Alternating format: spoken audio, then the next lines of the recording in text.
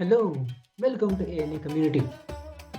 From the last video, we have started with the different models that can be used in analyzing Sapeksha Nidana and Vyavacchedaka Nidana.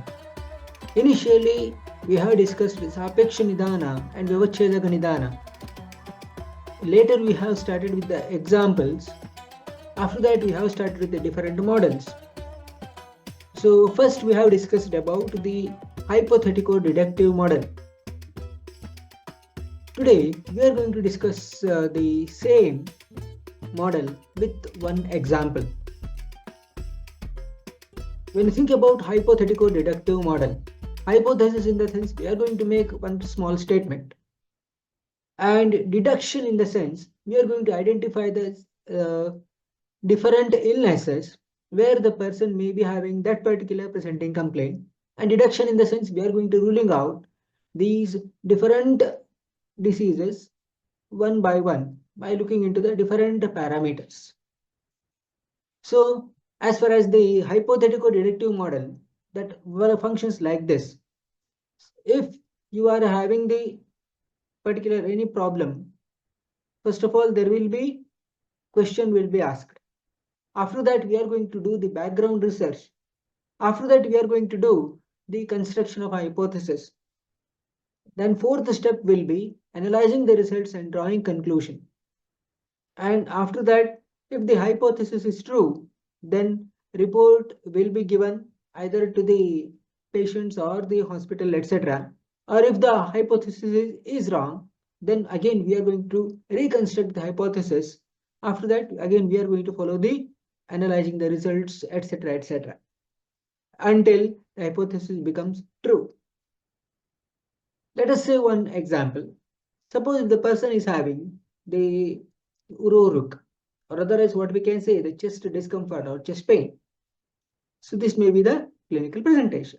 Then in that particular situation, what kind of the questions you are going to ask? So that is you are going to ask regarding the character of the pain and certain other presenting complaints as such, and timing of the pain. After that, we are going to think about the possible cause of the pain or possible cause of the discomfort. Then later we are going to identify which particular dhatu is being afflicted, which particular srotas is being afflicted, and whether there is any agni affliction is present or not, that we are going to analyze by asking the relevant questions. Then we are going to do the background research. What is this particular background research? First of all, whenever if you think about the initially, we have discussed about the character. So that means whether the person is having todana, in the sense the pricking type of pain. After I asking these different questions, we are going to do the background research. So that it means, in the sense, the what kind of the character of the pain the person is having. That means whether the person is having todana, that means the pricking type of pain, which indicates vata dominance or vata vitiation there. And if the person is having vedana, that is tearing type of pain, as if used by the scissors, that is again indicative of vata dominance as such. Person is having kandu, that is itching, that means the person may have kapha dominance or burning sensation in either retrosternal region or any body parts as such. We are going to say that the person is having pitta dominance. Sramsa, that means the dislocation, which is mainly indicative of the vata dominance. Paka, that is suppuration.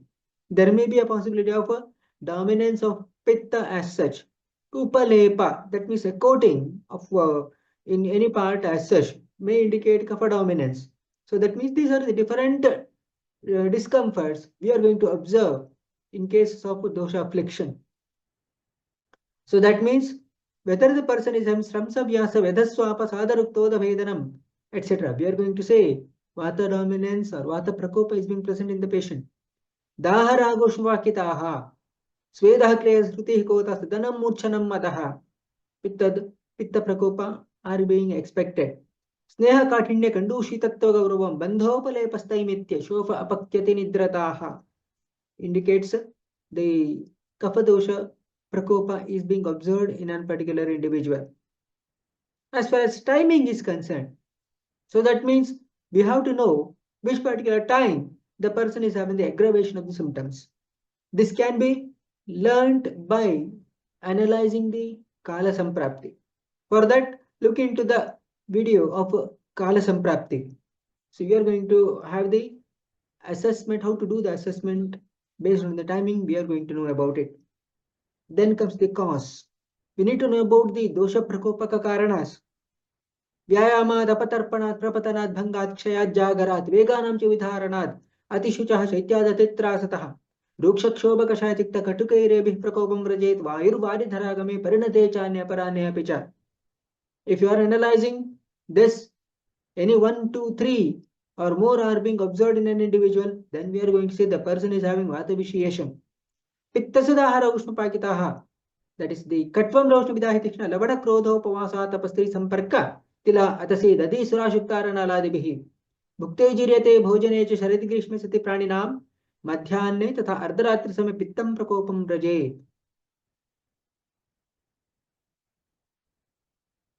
कट्वं लोष्णविदाहि Krishna लवण क्रोधोपवासा तपस्त्री संपर्क तिला अतसी दधि सुराशुक्तारणालादिभिः भुक्ते जीर्यते भोजने च शरदि ग्रीष्मे सति प्राणिनां मध्याह्ने तथा अर्धरात्रि समय पित्तं प्रकोपं व्रजेत् may indicate pitta dosha visheshan. गुरु मधुर रसात् स्तग्ध दुग्धेक्ष्वक्ष द्रवदधि दिननिद्रा उपसर्पिष्प्रपूरैः तुहिन पतन काले श्लेष्मणः संप्रकोपः प्रभवति दिवसादौ भुक्तमात्रे वसन्ते indicates kapha dosha vitiation. That is regarding dosha prakopa karana. Regarding dosha kshaya karana, that is vyayamo vanashanam chinta rukshalpa pramitashanam vata tapo bhayam shoko rukshpanam prajakarah कफ शोणित शुक्राणां मलानां चातिवर्तनम कालो भूतोपघातश्च ज्ञातव्याः क्षय हेतवः दोष क्षय कारण. As such, as far as Sroto Dushti Karana are concerned, nearly Charaka Vimana 5th chapter, Sroto Vimana discusses about 13 the Karanas, different Karanas may which are responsible for the affliction of different Srotases. क्षयात् संधारणाद् रौक्षात् व्यायामात् क्षुजितस्य च प्राणवाहिनी दुष्यन्ति श्रोतांशन्यश्च दारुणैः indicates the constitutive factors of pranavaha sroto dushti. औष्ण्यात् आमात् भयात् पानात् अतिशुष्कान्न सेवनात् अम्बुवाहिनी दुष्यन्ति तृष्णायाश्चाति पीडनात् उदकवः स्रोतो दुष्टिकारणाः अतिमात्रस्य च काले चाहितस्य च भोजनात् अन्नवाहिनी दुष्यन्ति वैगुण्यात् पावकस्य च. That is indicative of the annavah sroto dushti karana. Guru shitamati snigdam atimatram samashnatam rasavahini dushyati chintyanam chati chintanat rasavah sroto dushti karana. Vidahini annapanani snigdhoshnani dravani cha raktavahini dushyanti bhajatam chatapanalav. So that is indicative of raktavah sroto dushti. So like that, so we have to analyze the karana of sroto dushti of different srotases in an individual. So that means whenever if you are having an interaction with the patient, you have to come to the your studying area and then you have to analyze these different aspects. Regarding the Agni Dushti Karana, अभोजनात् अजीर्णाति भोजनात् विषमाशनात् असात्मे गुरुशीताति ऋषसन्तुष्ट भोजनात् विरेकव मनस्नेह विभ्रमात् व्याधिकर्षणात् देशकालर्तु विषम्यात् वेगानां च विधारणात्. So that means these are the aspects that you have to look into whenever if you are thinking about the karana. As far as the next point where we are going to do the background research are dhatu affliction. So that means we have to analyze dhatu vriddhi kshaya lakshana as well as the prakopa lakshanas also in the patient. It doesn't mean that only dhatu itself, even you have to look into mala vriddhi kshaya lakshanas also, plus dosha vriddhi kshaya lakshanas also in that. Then we have to analyze what might be the possible dhatu affliction. For example, the Agnisadana Prasekalasya Gauravam Shvaitya Shaitya Shathangatvam Shwasakasati Nidrataha indicates rasa vriddhi in the patient. Rase Rauksham Shamaha Shosho Glani Shabda Sahishnata indicates rasakshaya in the patient. The Kukshavadhmanamatopam Gauravam Vedanam Shakriti indicates Purusha Vriddhi in an individual. Purishe Vairantrani Sashabdo Vestayanniva Kukshav Brahmati Atyurdham Pritparshe Pedayan Brasham indicates Purisha Kshaya in an individual. So that means whenever if you are interacting with the patient, you have to analyze all these different afflictions of the dhatuas, whether they are present or absent in an individual. After that, we have to see about the Srotas affliction. For example, if the person is having Ashraddha Charuchishcha Saverasya Maradadnyata, Frillaso Gauravam Tandra Sangamardo Jvarastamaha, Pandutvam Srotasam Rodah Klaibyam Sadah Krishangata, Nashogne Rayatha Kalam Valayah Palitanesha. If you are analyzing this and if you are observing at least 10% of the symptoms in an individual, we are going to say he is having 10% of affliction of a rasa itself. In that way, we have to analyze the Srotas also. That means the Atisrishtamadibaddham Kupitamalpalpam Abhishnamo Sashabdashurumchvasantam Drishtva. We are going to analyze Pranavaha Srotas affliction in that particular individual. So like that, we have to analyze the functioning of the Agni also. So that means whenever if you are saying person is having proper functioning Agni, he will be having proper Jirnahara Lakshana. That is Udgara Shuddhirutsaha Vegotsarga Yathochitaha Lagutakshit Pipasa Jirnaharasya Lakshanam. So by that we are going to say that the person is having properly functioning Agni. If the person is having the disturbances in 1, 2, 3, 4 or all the Lakshana of Jirnahara, then we are going to say he may be having Avipaka. When there is Avipaka, so there may be a possibility of a disturbance in the functioning of Ahara Parinamakara Bhava, Ushma, Vayu, Kleda, Sneha, Kala and Samayoga. So that means whenever if you are seeing any kind of the avipaka, even we have to look into the which particular part of the ahara parinamakara bhava is having the abnormal functioning in the body. In that way, we have to analyze the functioning of the Agni also.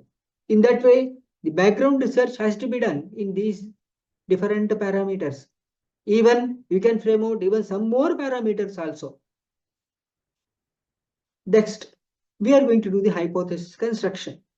So that means whenever if a person is having this particular type of presenting complaint, we are going to think of the either there may be a possibility of pranavasruta subflexion.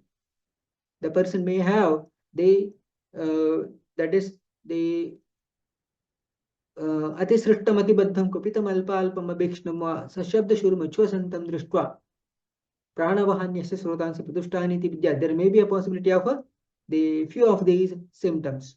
Rasavasrota subflexion can be predicted. Why Rasavasrota subflexion?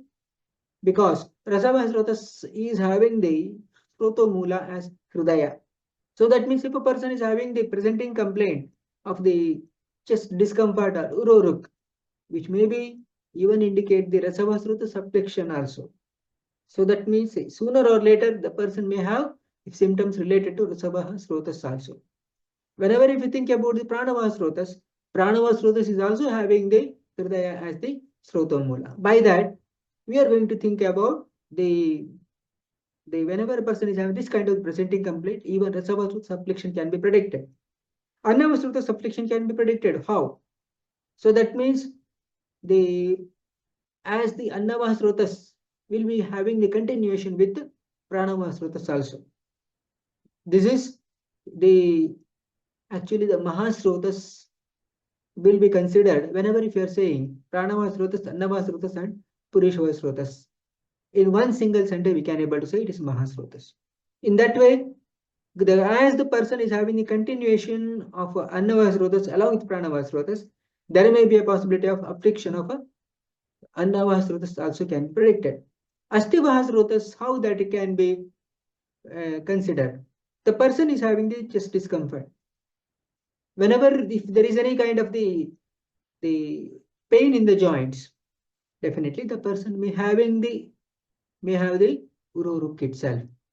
So as Asti is considered to be the Srotomula of Majjavasrotas also. Even Sandhi are also being considered. In that particular sense, in due course of time, the person may have the affliction of Majjavasrotas also can be predicted. Of course, that too, Majjavasrotas of that particular Uras region that can be predicted. initially. In this way, you are going to make the construction of a hypothesis. After that, you are going to analyze these particular different the construction of the hypothesis. So let us say, for example, the person is having the adhyasana. So in that particular adhyasana, if you are analyzing as the probable cause, then your questions may be related to adhyasana. What kind of the rasa substances a person is consuming while doing the adhyasana? As such, the term adhyasana refers to the bhuktasya upari bhojanam. The person is actually consuming the food before the digestion of the previously ingested meal.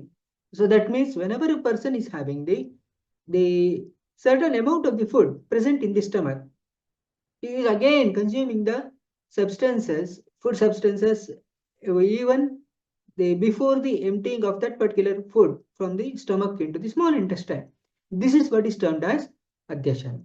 What kind of the questions, what kind of the rasa substances a person is consuming while doing adhyasana, we have to specifically ask. If the person is taking more amount of the katu rasa substances, so that means if a person is taking the frequently samosa, etc., then we are going to say that there may be a possibility of a vata vitiation as well as pitta vitiation may be possible. In that particular situation, the kapha dosha vitiation may be less. Further, what kind of the guna those substances are having? For example, if the person is taking 30% substances, shita substances, and 20% of ruksha substances, so that means there may be a possibility of an increase of a vata dosha.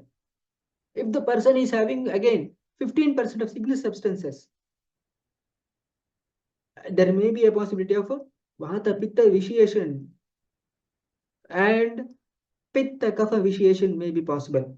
Whenever if you consider the shita guna substances and stigdha guna substances, there may be a possibility of the kapha dosha increase.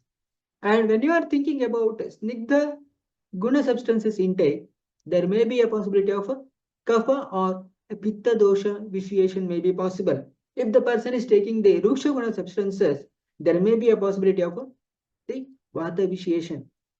So in that way, the guna substances, along with in case of adhyasana, may be having the major role in analyzing the dosha vitiation. Further, regarding the timing of the some consumption of these food substances. For example, if the person is taking the ruksha guna substances at the beginning, in that particular situation, there may be a possibility of kapha kshaya may be possible.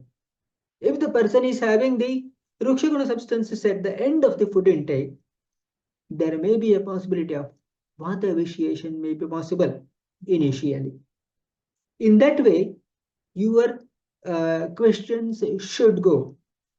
And regarding the time duration of between the adhyasana, so whenever if you think about the gut transit time, the food that will be present in the stomach for a period of almost 2 hours. If the person is taking the food substances within 30 minutes, it is also considered as adhyasana.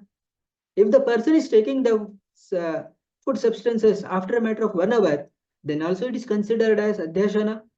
If the person is taking the food substance after 90 minutes, then also that is being considered as adhyasana. So in that particular sense, so this is actually deciding the again the degree of dosha vitiation. Suppose if the person is taking the adhyasana within 30 minutes, there may be a possibility of a kapha dosha vitiation more.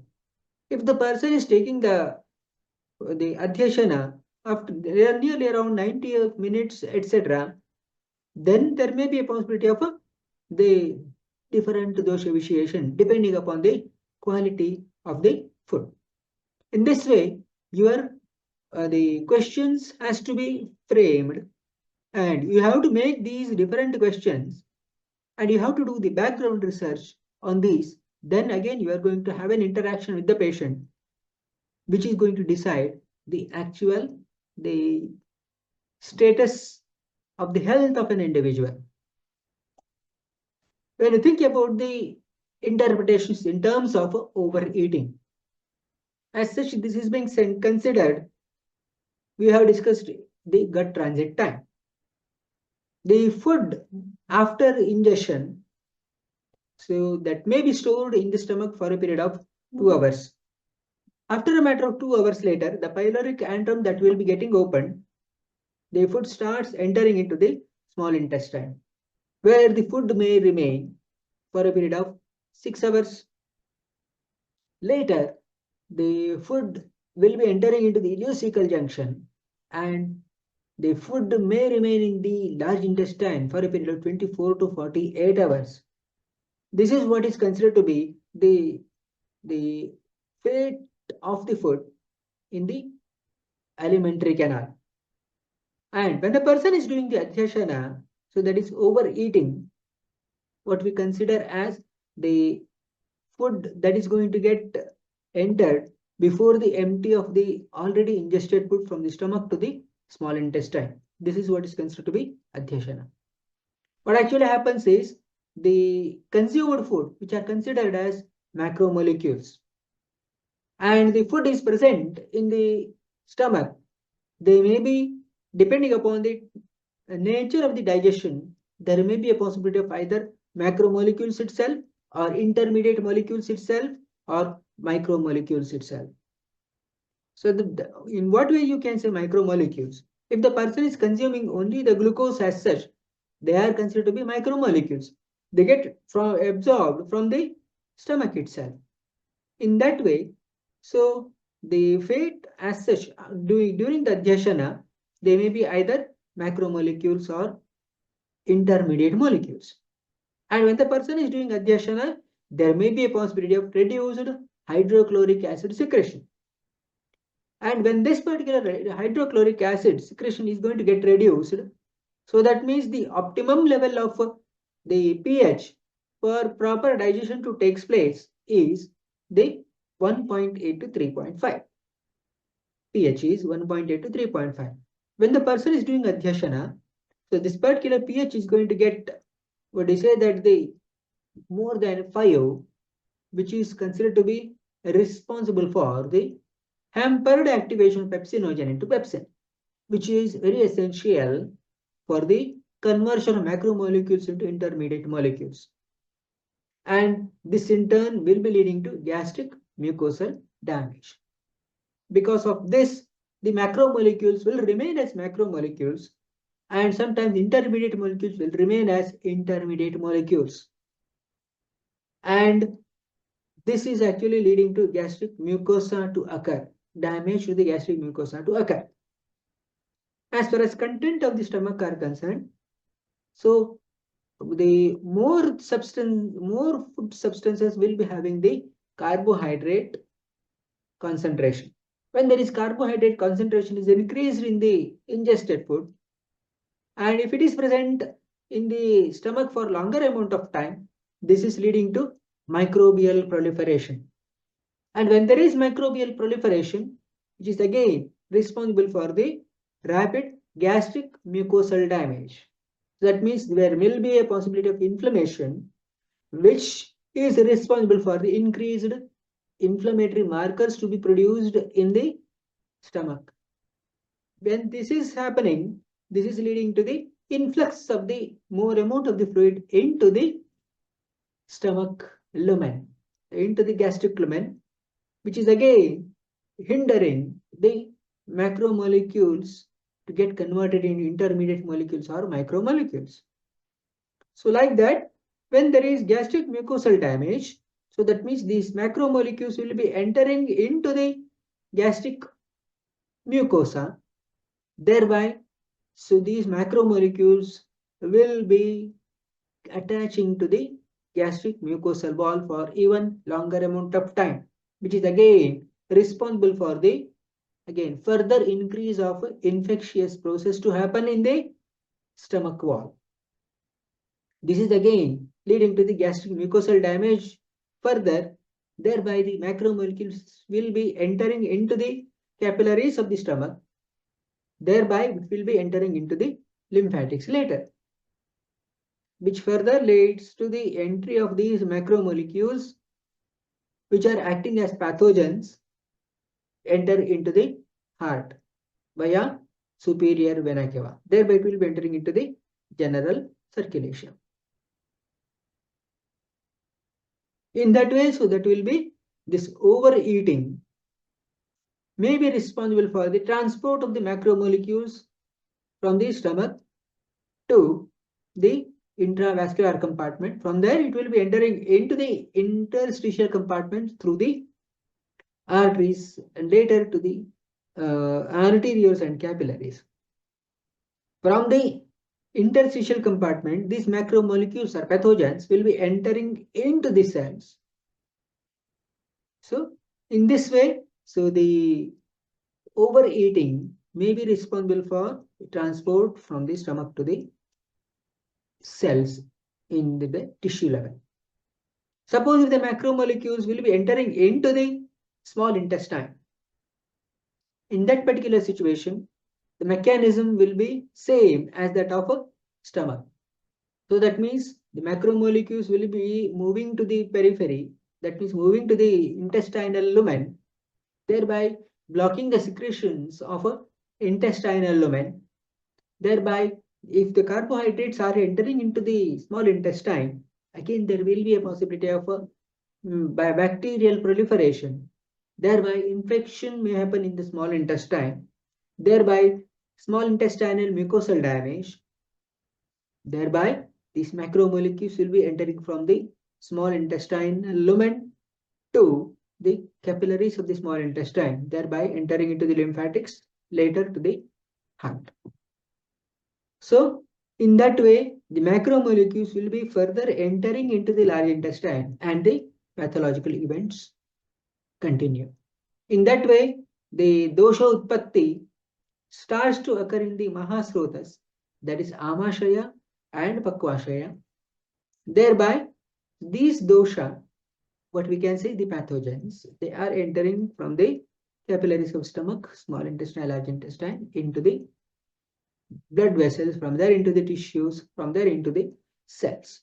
This is what we can say, the mechanism of a, what do you say, that the disease process. And we are going to discuss with the patient or the relatives, so that whenever if you are observing the adisrishtamati baddham kupitam alpalpam abhikshnamasa shabda shulam uchvasantam drishtva, we are going to say the pranavasruta subflexion. If the person is having the chest discomfort, we are going to say there may be a possibility of hridaya flexion. In that particular sense, pranavaha as well as rasavasruta subflexion, we are going to say annavasruta subflexion. So that is the ananlavilashana marocha kavipako chardim chidrishtva. If the chardi, etc. is there, then we are going to say the possible prediction of annavasruta subflexion. Again, there may be a possibility of pranavasruta subflexion also. So in asti vahasruta subflexion, adhyasti dantav dantasti bheda shulam vivarnata. So that is, we are going to say there may be a possibility of asti vahasruta subflexion. Rupparvanam brahmo murcha, that is joint pain, etc. present in the Urus region. Then we are going to say there may be a possibility of a Majjavaha Srota subflexion. In that way, we are going to decide whether it is the Pranavaha Srota subflexion is being present, or Rasavaha Srota subflexion is being present, or Annavaha Srota subflexion is being present, or Astivavaha Srota subflexion is being present, or Majjavaha Srota subflexion is being present. In that way, we are going to discuss with the patients. And the take-home messages from today's discussion are: hypothetical deductive model of Sapeksha Nidana is very simple to use if the steps of the model are implemented accurately. So that means you have to initially, what do you say, that ask a question regarding the presenting complaint. After that, you have to go for the background research. So this has to be continued, of course, repeatedly. And after that, you are going to make the hypothesis again.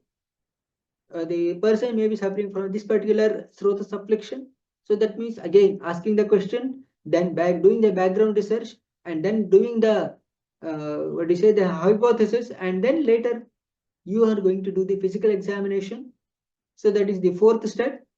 Then you are going to do this repeated cycles frequently until you are going to make the final diagnosis as such. And later you are going to convey the same to the patients. So that means it doesn't mean that if you are asking the question and if you are doing the background research and you are constructing a hypothesis, you can do this at one step itself. These steps are repeated again and again until you are going to come to a conclusion that the person is suffering from this particular srota subflexion or this particular systemic dysfunction or this particular any particular XYZ systemic disease, until you are going to do the repeatedly these different steps. And this is how the hypothetical deductive model of a Sapeksha Nidana Vyavacchedaka Nidana works.